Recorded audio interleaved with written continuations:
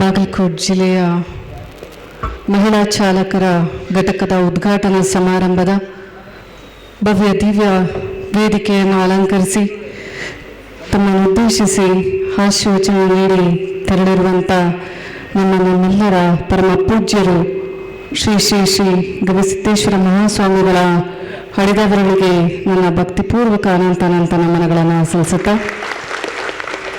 ಅದೇ ರೀತಿ ನಮ್ಮ ಭಾರತ ಮಾತೆಗೆ, ಕರ್ನಾಟಕ ಸಿರಿಗಳಿಗೆ ಅಂತೇಳಿ ನಮ್ಮ ಭೂತಾಯಿಗೆ ನಮ್ಮೆಲ್ಲರ ಅನಂತ ವಂದನೆಗಳ ನಮನಗಳನ್ನು ಸಲ್ಲಿಸುತ್ತಾ, ಈ ವೇದಿಕೆಯನ್ನು ಅಲಂಕರಿಸಿ ಉದ್ಘಾಟಿಸಿ ತಮ್ಮನ್ನೆಲ್ಲ ಉದ್ದೇಶಿಸಿ ಮಾತನಾಡಿ ನನಗೂ ಕೂಡ ಹಲವಾರು ನಿಮ್ಮ ಕಷ್ಟ ಕಾರ್ಪಣ್ಯಗಳ ಬಗ್ಗೆ ತಿಳಿಸುವಂಥ ಸೋದರರು ಹಾಗೂ ಸಂಸ್ಥಾಪಕ ರಾಜ್ಯಾಧ್ಯಕ್ಷರು, ಕರ್ನಾಟಕ ಚಾಲಕರ ಒಕ್ಕೂಟದ ಅಧ್ಯಕ್ಷರಾದಂಥ ಸೋದರರು ಶ್ರೀಮಾನ್ಯ ಜಿ ನಾರಾಯಣ ಸ್ವಾಮಿ ಅವರೇ, ಅದೇ ರೀತಿ ಬೇರೆ ಬೇರೆ ಜಿಲ್ಲೆಯಿಂದ ಬಂದಂಥ ಎಲ್ಲ ಜಿಲ್ಲಾಧ್ಯಕ್ಷರುಗಳೇ ಹಾಗೂ ಕಾರ್ಯಾಧ್ಯಕ್ಷರುಗಳೇ, ಅದೇ ರೀತಿ ಮಹಿಳಾ ಘಟಕದ ಜಿಲ್ಲಾ ಅಧ್ಯಕ್ಷರು ಆದಂಥ ಶ್ರೀಮತಿ ಅಂಜುಮ್ ತಹಸೀಲ್ದಾರ್ ಅವರೇ, ಅದೇ ರೀತಿ ಜಿಲ್ಲಾಧ್ಯಕ್ಷರು ಸಹೋದರರು ಆತ್ಮೀಯರು ಆದಂಥ ಶ್ರೀ ಬಾಂದಗಿ ಸಾಬ್ ಕೊಳ್ಳಿ ಅವರೇ, ಹಾಗೂ ಒಕ್ಕೂಟದ ಎಲ್ಲ ಸದಸ್ಯರೇ, ನೂತನವಾಗಿ ಮಹಿಳಾ ಪದಾಧಿಕಾರಿಗಳಿಗೆ ಆಯ್ಕೆಗೊಂಡಂಥ ಎಲ್ಲ ನನ್ನ ಸಹೋದರರೇ, ತಾಯಂದಿರೇ, ಹಾಗೂ ತೆರೆ ಹಿಂದೆ ಈ ಕಾರ್ಯಕ್ರಮಕ್ಕೆ ಕಾರ್ಯನಿರ್ವಹಿಸಿದಂಥ ಎಲ್ಲ ನನ್ನ ಸಹೋದರ ಮಿತ್ರರೇ, ತಾಲೂಕು ಘಟಕದ ಅಧ್ಯಕ್ಷರೇ, ಎಲ್ಲದಕ್ಕಿಂತ ಮುಖ್ಯವಾಗಿ ಕಳೆದ 4-5 ತಾಸುಗಳಿಂದ ನನಗೋಸ್ಕರ ಕಾದಂಥ ಎಲ್ಲ ನನ್ನ ಸಮಸ್ತ ಬಾಗಲಕೋಟೆ ಜಿಲ್ಲೆಯ ಚಾಲಕರಾದಂಥ ನನ್ನ ಸಹೋದರರಾಗಿರ್ಬೋದು, ನನ್ನ ಹಿರಿಯರಾಗಿರ್ಬೋದು, ತಾಯಂದಿರಾಗಿರ್ಬೋದು, ಮಾಧ್ಯಮ ಮಿತ್ರರು, ಪತ್ರಿಕಾ ಮಾಧ್ಯಮದ ಎಲ್ಲರಿಗೂ ನನ್ನ ನಮಸ್ಕಾರಗಳು. ಮೊದಲನೇದಾಗಿ ಕ್ಷಮೆ ಯಾಚಿಸ್ತೀನಿ ತಡವಾಗಿ ಆಗಮಿಸೋದಕ್ಕೆ. ತಾವೆಲ್ಲ ಇಷ್ಟೊಂದು ಇವತ್ತೇನಾದರೂ ಜಿಲ್ಲೆಯಲ್ಲಿ ವೀಣಾ ಕಾಶ್ಯಪ್ನವರಂತ ಇದ್ದಾರೆ ಅಂದರೆ ಅದು ನಿಮ್ಮಿಂದ ಮಾತ್ರ ಅಂತ ಹೇಳೋದಕ್ಕೆ ಬಯಸ್ತೀನಿ. ಬಂದಿದೆ ನಾನು ಬರ್ತಾನೆ ನನ್ನ ಸೋದರಿಗೆ ಹೇಳ್ತಿದ್ದೆ, ನಮ್ಮ ತಾಲೂಕು ಘಟಕದ ಅಧ್ಯಕ್ಷರಿಗೆ, ಸೋದರ ನಾನು ಏನು ಗಳಿಸಿದ್ದೀನೋ ಇಲ್ಲ ಗೊತ್ತಿಲ್ಲ, ಆದರೆ ಜಿಲ್ಲಾ ಪಂಚಾಯಿತಿ ಅಧ್ಯಕ್ಷರಾದಾಗಿಂದ ಗಳಿಸಿರೋದು ನಿಮ್ಮೆಲ್ಲರ ಪ್ರೀತಿ ವಿಶ್ವಾಸವನ್ನು ಅಂತೇಳಿ.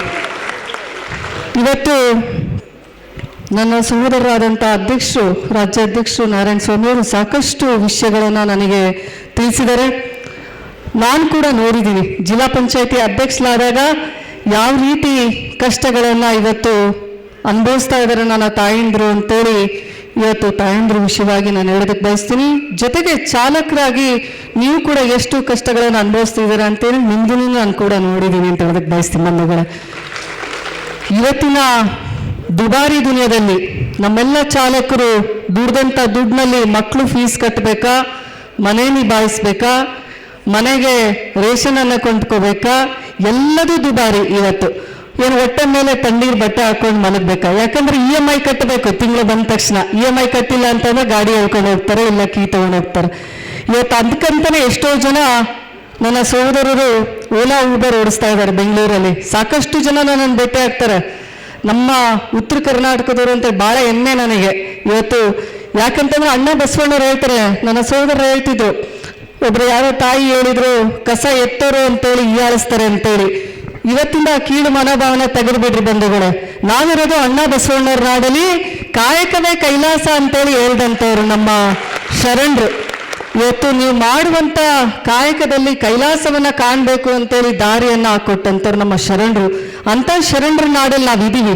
ನಾವು ಮಾಡುವಂಥ ಕಾಯಕದ ಮೇಲೆ ನಮಗೆ ನಿಷ್ಠೆ ಇರಬೇಕು, ಶ್ರದ್ಧೆ ಇರಬೇಕು. ಜನ 100 ಮಾತಾಡೋರು ಇದ್ದಾಗೆ ನಿಮ್ಮಂಥವ್ರು ಬೆಳೆಯೋದಕ್ಕೆ ಸಾಧ್ಯ. ಯಾವ ಕ್ಷೇತ್ರದಲ್ಲೂ ಮಾತಾಡೋರು ಇಲ್ಲ ಅಂತಲ್ಲ, ಮಾತಾಡೋರು ಇದ್ದಾಗ, ಕಾಲ್ ಜಗ್ಗೋರು ಇದ್ದಾಗೆ ಮತ್ತೊಬ್ರು ಮುಂದೆ ಬರೋದಕ್ಕೆ ಸಾಧ್ಯ. ನೀವು ಯಾವುದನ್ನು ಕೂಡ ತಲೆ ಕೆಡಿಸ್ಕೋಬೇಡ್ರಿ.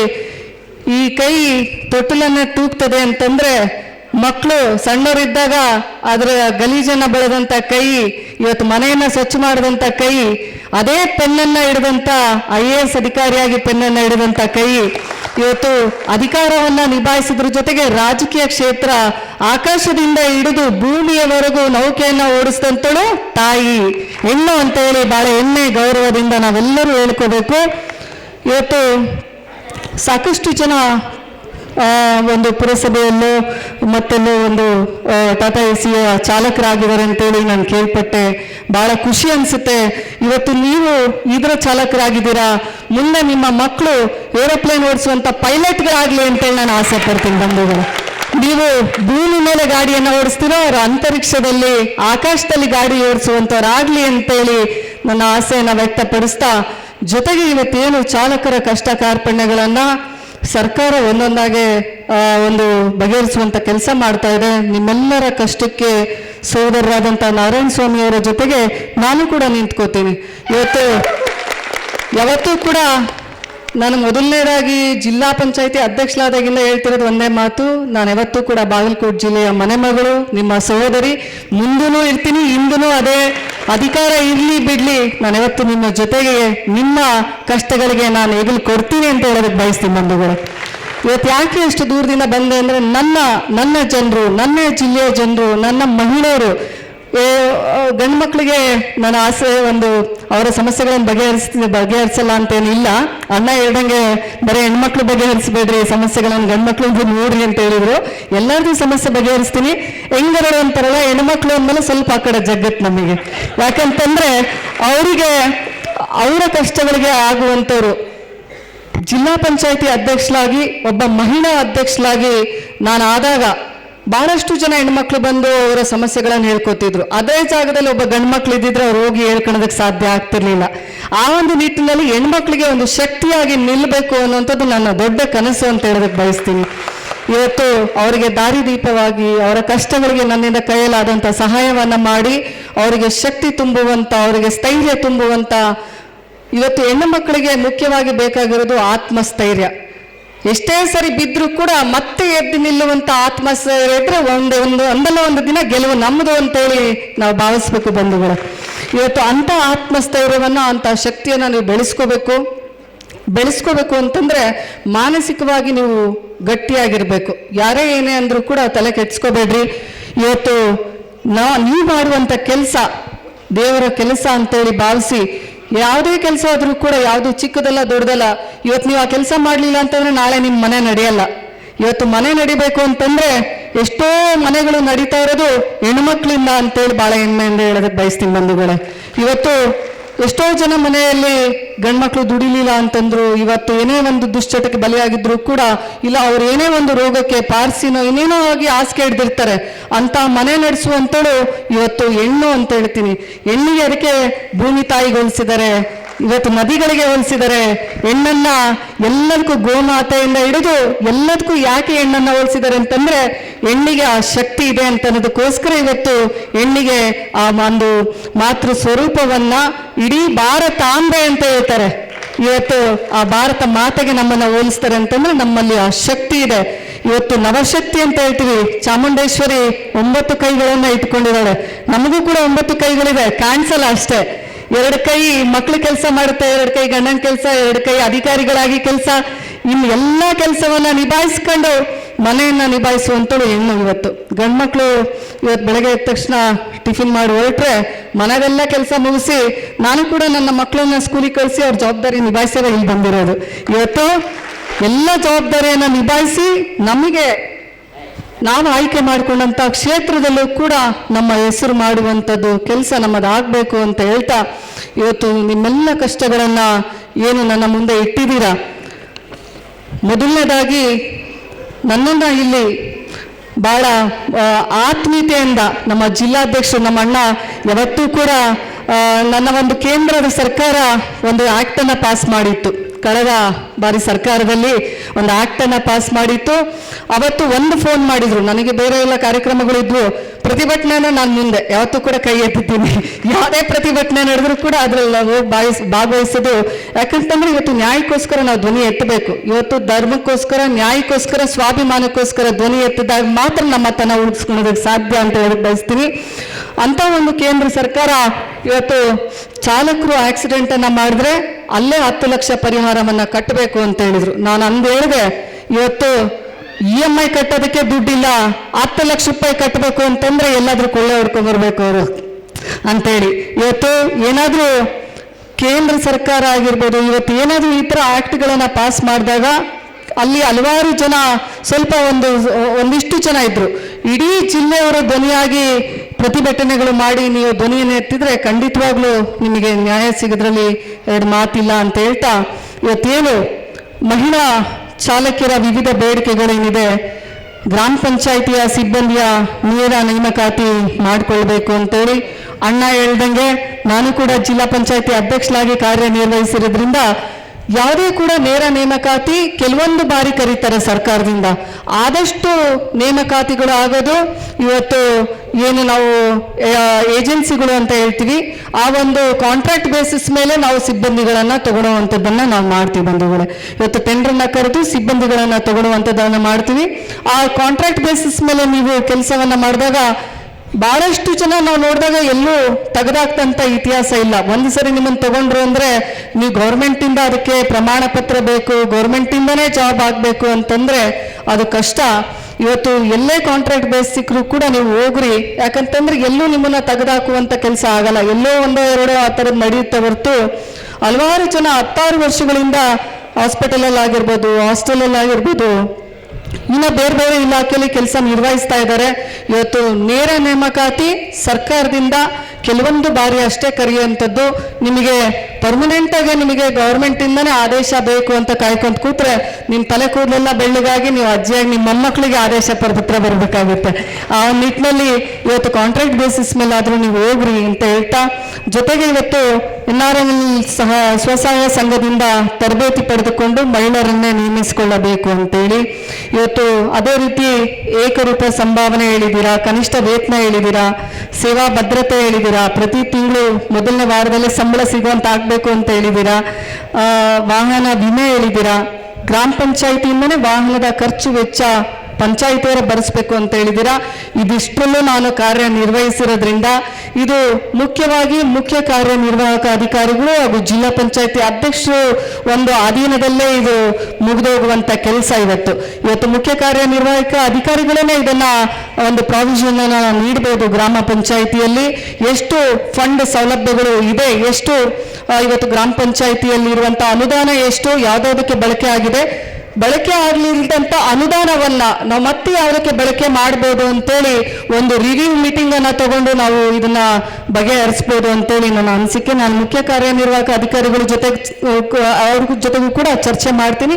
ಅದ್ರ ಜೊತೆಗೆ ಇವತ್ತು ಏನು ನಮ್ಮ ಜಿಲ್ಲಾಧಿಕಾರಿಗಳಿದ್ದಾರೆ, ಮಾನ್ಯ DC ಅವರಾದಂಥ ಜಾನಕಿ ಮೇಡಮ್, ಅವ್ರನ್ನೂ ಕೂಡ ನಾನು ಭೇಟಿಯಾಗಿ ಇದ್ರ ಬಗ್ಗೆ ಚರ್ಚೆ ಮಾಡುವಂತ ಕೆಲಸವನ್ನ ಮಾಡ್ತೀನಿ.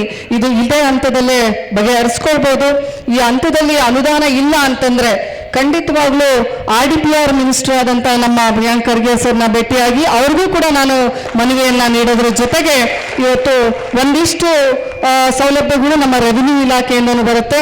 ಖಂಡಿತವಾಗ್ಲೂ ನಾವು ಎಲ್ಲ ಇಲಾಖೆಯನ್ನು ಅಣ್ಣ ಹೇಳ್ದಂಗೆ ಪತ್ರ ಹಿಡ್ಕೊಂಡು ನಾನೇ ಓಡಾಡ್ತೀನಿ, ನಾನೇ ಕೇಳ್ತೀನಿ ನಿಮ್ಮೆಲ್ಲರ ಧ್ವನಿಯಾಗಿ. ನೀವ್ಯಾರು ಕೂಡ ಅಗತ್ಯ ಇದ್ರೆ ಅಷ್ಟೇ ಬನ್ರಿ ಬೆಂಗಳೂರಿಗೆ. ಹೆಣ್ಮಕ್ಳಿಗೆ ನಂಗೆ ಗೊತ್ತು ಎಷ್ಟು ಕೆಲಸಗಳಿರುತ್ತೆ. ಒಂದು ದಿವಸ ಮನೆ ಬಿಟ್ಟು ಹೋಗ್ಬೇಕು, ಮಕ್ಳನ್ನ ಬಿಟ್ಟು ಹೋಗ್ಬೇಕು ಅಂತಂದ್ರೆ ಅಕ್ಕಪಕ್ಕದ ಮನೆಯವ್ರಿಗೆ ಹೇಳ್ಬರ್ಬೇಕು, ನೀವು ನೋಡ್ಕೊತಾ ಇರ್ರಿ, ಸ್ಕೂಲಿಗೆ ಕಳಿಸ್ರಿ, ಇದನ್ನ ಮಾಡ್ರಿ ಅಂತೇಳಿ. ನೀವು ಅದೆಲ್ಲವನ್ನ ತೊಂದರೆ ತಗೋಬೇಡ್ರಿ. ಅಗತ್ಯ ಇದ್ರೆ ಮಾತ್ರ ಹೇಳ್ತೀನಿ, ನಿಮ್ಮ ಜಿಲ್ಲಾಧ್ಯಕ್ಷರು ಬಂದ್ರೆ ಸಾಕು, ಅವ್ರನ್ನ ಕರ್ಕೊಂಡು ನಮ್ಮ ಅಣ್ಣ ಇರ್ತಾರೆ, ಅವ್ರನ್ನ ಕೂಡ ಕರ್ಕೊಂಡು ನಾವು ಒಂದು ಭೇಟಿಯಾಗಿ ಮಿನಿಸ್ಟರ್ ಒಂದು ಸಮಯವನ್ನ ತಗೊಂಡು ಅಣ್ಣಂಗೆ ಹೇಳ್ತೀನಿ, ಒಂದು ಸರಿ ನಾವು ಭೇಟಿಯಾಗಿ ತಿಳಿಸುವಂತ ಕೆಲಸವನ್ನ ಮಾಡೋಣ. ಖಂಡಿತವಾಗ್ಲೂ ಇವತ್ತು ಗ್ರಾಮ ಪಂಚಾಯಿತಿ ಮಟ್ಟದಲ್ಲಿ ನಿಮಗೇನು ಸೌಲಭ್ಯಗಳು ಸಿಗಬೇಕೋ ಅವನ್ನೆಲ್ಲ ಪ್ರಾಮಾಣಿಕವಾಗಿ, ನಾನು ಕೂಡ ಇದೇ ಇಲಾಖೆಯಲ್ಲೇ ಕೆಲಸ ಮಾಡಿರೋದ್ರಿಂದ ನಿಮಗೆ ಸೌಲಭ್ಯ ಸಿಗುವಲ್ಲಿ ನಾನು ನಿಮ್ಮ ಧ್ವನಿಯಾಗಿ ಕೆಲಸ ಮಾಡ್ತೀನಿ ಅಂತ ಹೇಳೋದಕ್ಕೆ ಬಯಸ್ತೀನಿ ಬಂಧುಗಳೇ. ನನ್ನ ಅಚ್ಚುಮೆಚ್ಚಿನ ಹುದ್ದೆ ಅಂತಂದ್ರೆ ನಾನು ಜಿಲ್ಲಾ ಪಂಚಾಯಿತಿ ಅಧ್ಯಕ್ಷರು ಹುದ್ದೆ. ನಾನು ಪಾರ್ಲಿಮೆಂಟ್ ಚುನಾವಣೆಗೆ ನಿಂತಿದ್ದೆ 2019ರಲ್ಲಿ. ಅದಾದ್ಮೇಲೆ ಲಾಸ್ಟ್ ಟೈಮ್ ಟಿಕೆಟ್ ಸಿಗ್ಲಿಲ್ಲ ಅಂತ ತಮಗೂ ಗೊತ್ತು. ಆದರೆ ನನಗೆ ಬಹಳ ಖುಷಿ ಕೊಟ್ಟಂಥದ್ದು ಅಂತಂದ್ರೆ ಇವತ್ತು ಜಿಲ್ಲಾ ಪಂಚಾಯಿತಿ ಅಧ್ಯಕ್ಷರು ಹುದ್ದೆ. ಯಾಕಂತಂದ್ರೆ ಗ್ರಾಮೀಣ ಪ್ರದೇಶದಲ್ಲಿ ಕಷ್ಟ ಸುಖಗಳನ್ನ ನಾನು ನೋಡಿದ್ದೀನಿ. ಎಲ್ಲ ರೈತರದಾಗಿರ್ಬೋದು, ಮಹಿಳೆಯರದಾಗಿರ್ಬೋದು, ನಮ್ಮೆಲ್ಲ ಯುವಕರು ಮಿತ್ರರದಾಗಿರ್ಬೋದು, ಇವತ್ತು ಅಲ್ಲಿರುವಂತ ರೋಡು, ರಸ್ತೆ, ಚರಂಡಿಯ ದುರಸ್ತಿಗಳು, ಲೈಟು, ಕುಡಿಯೋ ನೀರು, ನೀವಿಷ್ಟೇ ಕೇಳೋದು. ಅದನ್ನು ಬಿಟ್ಟರೆ ಏನೂ ಕೇಳಲ್ಲ. ಆ ಒಂದು ನಿಟ್ಟಿನಲ್ಲಿ ಇವತ್ತು ಗ್ರಾಮದಲ್ಲಿ ಆಗುವಂಥ ಏನು ಕಷ್ಟಗಳನ್ನು, ನಿಮ್ಮೆಲ್ಲರ ಮಹಿಳೆಯರ ಕಷ್ಟಗಳನ್ನು ಎಲ್ಲವನ್ನ ನಾನು ನೋಡಿ ಅರ್ತಿರೋದ್ರಿಂದ ಖಂಡಿತವಾಗ್ಲೂ ನಿಮ್ಮೆಲ್ಲರ ಧ್ವನಿಯಾಗಿ ನಾನು ಕೆಲಸ ಮಾಡೋದಕ್ಕೆ ಬಯಸ್ತೀನಿ. ನಿಮ್ಮ ಮನೆ ಮಗಳಾಗಿ, ನಿಮ್ಮ ಸಹೋದರಿಯಾಗಿ ಅಂತ ಹೇಳೋದಕ್ಕೆ ಬಯಸ್ತೀನಿ. ಅಣ್ಣ ನನ್ನನ್ನು ಭಾಳ ಎತ್ತರದಲ್ಲಿ ಹೊಗಳಿದ್ರು. ನಾನು ಯಾವತ್ತೂ ಕೂಡ ಹೊಗಳಿಕೆ ಭಾಳ ಮೈಗೆ ಹಚ್ಕೊಳಲ್ಲ. ಯಾಕಂತಂದ್ರೆ ನಾನು ನಿಮ್ಮಲ್ಲೇ ಒಬ್ಬಳಾಗಿರೋದಕ್ಕೆ ಬಯಸ್ತೀನಿ. ಹೊಗಳಿಕೆ ನಾವು ಮೈಗೆ ಹಚ್ಕೊಂಡು ಅಂದ್ರೆ ಅಟ್ಟಕ್ಕೆ ಏರಿಬಿಡ್ತೀವಿ, ಮೇಲಿಂದ ಕೆಳಗೆ ಇಳಿಯಲ್ಲ. ಅದಕ್ಕೆ ನಾನು ಯಾವತ್ತೂ ಕೂಡ ನಿಮ್ಮ ಮಧ್ಯದಲ್ಲಿ ನಿಮ್ಮಲ್ಲಿ ಒಬ್ಬಳಾಗಿ, ನಿಮ್ಮ ಸಹೋದರಿಯಾಗಿ, ನಿಮ್ಮ ಮನೆ ಮಗಳಾಗಿ ನಾನು ಕೆಲಸ ಮಾಡೋದಕ್ಕೆ ಬಯಸ್ತೀನಿ ಅಂತ ಹೇಳ್ತಾ, ಇವತ್ತೇನು ನನಗೆ ಮನವಿಯನ್ನು ಕೊಟ್ಟಿದ್ದೀರಾ, ಖಂಡಿತವಾಗ್ಲೂ ನಾನು ನಾಳೆನೇ ಸಚಿವರಿಗೆ ಒಂದು ದೂರವಾಣಿ ಕರೆ ಮಾಡೋದ್ರ ಮೂಲಕ ಅವರ ಒಂದು ಸಮಯವನ್ನು ತಗೊಂಡು ಅವ್ರ ಜೊತೆಗೆ ಚರ್ಚೆಯನ್ನ ಮಾಡ್ತೀನಿ. ಅವರು ಕೂಡ ಹಲವಾರು ಉತ್ಸಾಹಿಗಳಿದ್ದಾರೆ. ಅವರು ಈ ಥರದ ಕೆಲಸ ಲಾಸ್ಟ್ ಟೈಮು ನಾನು ಜಿಲ್ಲಾ ಪಂಚಾಯತಿ ಅಧ್ಯಕ್ಷರಾದಾಗೂ ಅವರು RDPR ಮಿನಿಸ್ಟರ್ ಇದ್ರು, ಹಲವಾರು ನಮಗೆ ಸೌಲಭ್ಯಗಳನ್ನು ಮಾಡಿಕೊಟ್ಟಿದ್ದಾರೆ. ನನಗೆ ಖಂಡಿತವಾಗೂ ವಿಶ್ವಾಸ ಇದೆ ಈಗಲೂ ಕೂಡ ನಿಮ್ಮೆಲ್ಲರಿಗೂ ಧ್ವನಿ ಆಗ್ತಾರೆ ಅಂತೇಳಿ ವಿಶ್ವಾಸ ಇರೋದ್ರಿಂದ ಇವತ್ತು ಅದ್ರ ಜೊತೆಗೇನೆ ಮಾನ್ಯ ಮುಖ್ಯಮಂತ್ರಿಗಳಿಗೂ ಕೂಡ ಮನವಿ ಮಾಡೋಣ. ಇವತ್ತು ಯಾರ್ಯಾರಿಗೆ ಸಾಧ್ಯನೋ ಎಲ್ಲರಿಗೂ ಮನವಿ ಮಾಡಿ, ನಿಮಗೇನು ಸೌಲಭ್ಯಗಳಿಗೂ ಸಿಗಬೇಕೋ, ನಿಮ್ಮ ಏನು ಕನಸನ್ನು ಕಂಡಿದ್ದೀರಾ ಅದನ್ನು ನನಸು ಮಾಡುವಲ್ಲಿ ಪ್ರಾಮಾಣಿಕ ಪ್ರಯತ್ನ ನಾನು ಮಾಡ್ತೀನಿ ಅಂತ ಹೇಳೋದಕ್ಕೆ ಬಯಸ್ತೀನಿ. ಇವತ್ತೇನು ಜಿಲ್ಲಾ ಒಕ್ಕೂಟವನ್ನು ನೀವೆಲ್ಲರೂ ಪ್ರಾರಂಭಿಸಿದ್ದೀರಾ, ಇವತ್ತು ಜಿಲ್ಲಾ ಒಕ್ಕೂಟವನ್ನ ಏನು ಪ್ರಾರಂಭ ಮಾಡಿದ್ದೀರಾ, ಮುಂದಿಟ್ಟಂತ ಹೆಜ್ಜೆ ಯಾವತ್ತೂ ಕೂಡ ಹಿಂದೆ ಇಡಬೇಡ್ರಿ. ಎಷ್ಟೇ ಕಷ್ಟಗಳು ಬಂದ್ರು, ಏನೇ ಬಂದ್ರು ಕೂಡ ಜಗ್ಗಲಾರ್ದಂಗೆ ಗಟ್ಟಿಯಾಗಿ ನಿಲ್ರಿ ಅಂತೇಳಿ, ನಿಮ್ಮ ಜೊತೆಗೆ ನಿಮ್ಮಲ್ಲೊಬ್ಳು ನಾನು ಇರ್ತೀನಿ ಅಂತೇಳಿ ನೆನಪಿಸ್ಕೊಳ್ರಿ.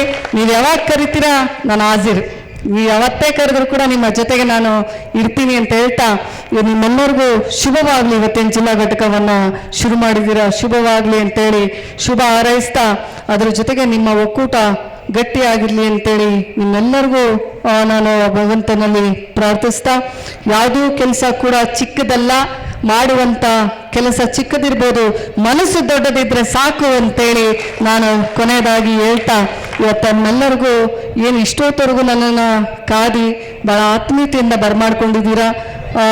ಇಷ್ಟೊಂದು ನಿಮ್ಮೆಲ್ಲರ ಉತ್ಸಾಹ, ಇಷ್ಟೊಂದು ಪ್ರೀತಿ, ವಿಶ್ವಾಸ ನೋಡಿದ್ರೆ ಇವತ್ತು ನಾನು ಸೋತಿಲ್ಲ, ಗೆದ್ದಿದ್ದೀನಿ ಅಂತೇಳಿ ನಾನು ಮತ್ತೊಮ್ಮೆ ತಮ್ಮಲ್ಲಿ ಹೇಳ್ತಾ, ಇವತ್ತು ಯಾಕೆ ಅಧಿಕಾರ ಬೇಕು ಅಂತಂದ್ರೆ, ನನಗೆ ಇವತ್ತು ಮನೆಯಲ್ಲಿ ರಾಜಕೀಯದಲ್ಲಿದ್ದಾರೆ, ನಾನು ಮನೇಲಿ ಕುತ್ಕೋಬೋದು. ನಾನು ಜನರ ಕಷ್ಟ ಹತ್ರದಿಂದ ನೋಡಿರೋದ್ರಿಂದ ಕೈಯಲ್ಲಿ ಅಧಿಕಾರ ಇದ್ರೆ ನಾವೇನಾದ್ರೂ ಮಾಡೋದಕ್ಕೆ ಸಾಧ್ಯ. ಭಾಳ ಅಂತಂದ್ರೆ ಇವಾಗ ನೀವು ಹೇಳಿದ ಮೇಲೆ ಫೋನ್ ಮಾಡಿ ಹೇಳ್ತೀವಿ, ಅದೇ ಅಧಿಕಾರದಲ್ಲಿದ್ದರೆ ಇವತ್ತು ನಾವು ಹಿಡಿದು ಕೆಲಸ ಮಾಡಿಸ್ಬೋದು. ಆ ಒಂದು ನಿಟ್ಟಿನಲ್ಲಿ ಇವತ್ತು ನಿಮ್ಮೆಲ್ಲರಿಗೋಸ್ಕರ ನೀವು ಯಾವುದೇ ಒಂದು ಇಂಥ ಕ್ಷೇತ್ರದಲ್ಲಿ ನೀವು ಚುನಾವಣೆಗೆ ಸ್ಪರ್ಧೆ ಮಾಡ್ರಿ ಅಂತ ಹೇಳಿದ್ರೆ, ನಾನು ಯಾವತ್ತೂ ನನ್ನ ಜಿಲ್ಲೆ ಜನರಿಗೆ ಬಿಟ್ಟಿದ್ದೀನಿ. ಮುಂದಿನ ಆಯ್ಕೆ ಅವ್ರು ಯಾವ್ದು ಹೇಳ್ತಾರೋ ಆ ಚುನಾವಣೆಗೆ ನಾನು ಸ್ಪರ್ಧೆ ಮಾಡೇ ಮಾಡ್ತೀನಿ. ನಿಮ್ಮೆಲ್ಲರಿಗೋಸ್ಕರ ಮುಂದೊಂದು ದಿನ ಜನನಾಯಕಿಯಾಗಿ, ಅದ್ರ ಜೊತೆಗೆ ಜನ ಸೇವಕಿಯಾಗಿ ನಿಮ್ಮ ಜೊತೆಗೆ ಇರ್ತೀನಿ ಅಂತ ಹೇಳ್ತಾ ನನ್ನ ಎರಡು ಮಾತುಗಳಿಗೆ ವಿರಾಮ ಹೇಳ್ತೀನಿ ಬಂಧುಗಳೇ. ಇಷ್ಟೊತ್ತವರೆಗೂ ನಮ್ಮ ರಾಜ್ಯಾಧ್ಯಕ್ಷ ಆಗಿರ್ಬೋದು, ಕಾರ್ಯಾಧ್ಯಕ್ಷ ಆಗಿರ್ಬೋದು, ಜಿಲ್ಲಾ ಅಧ್ಯಕ್ಷ ಆಗಿರ್ಬೋದು, ನಮ್ಮೆಲ್ಲ ಪದಾಧಿಕಾರಿಗಳು ಕಾದಿದ್ದಾರೆ. ಅವ್ರಿಗೂ ಕೂಡ ಕ್ಷಮೆಯನ್ನು ಯಾಚಿಸಿ, ನೀವೆಲ್ಲರೂ ಇಷ್ಟೊತ್ತವರೆಗೂ ಕಾದಿದ್ದಕ್ಕೆ ನಿಮ್ಮೆಲ್ಲರಿಗೂ ವಂದಿಸ್ತಾ, ನಿಮ್ಮೆಲ್ಲರ ಪ್ರೀತಿ ವಿಶ್ವಾಸಕ್ಕೆ ನಾನು ಯಾವತ್ತೂ ಕೂಡ ಚಿರಋಣಿ ಅಂತೇಳಿ ನನ್ನ ಎರಡು ಮಾತುಗಳಿಗೆ ವಿರಾಮ ಹೇಳ್ತೀನಿ. ಸಿರಿಗನ್ನಡಂ ಗೆಲ್ಗೆ.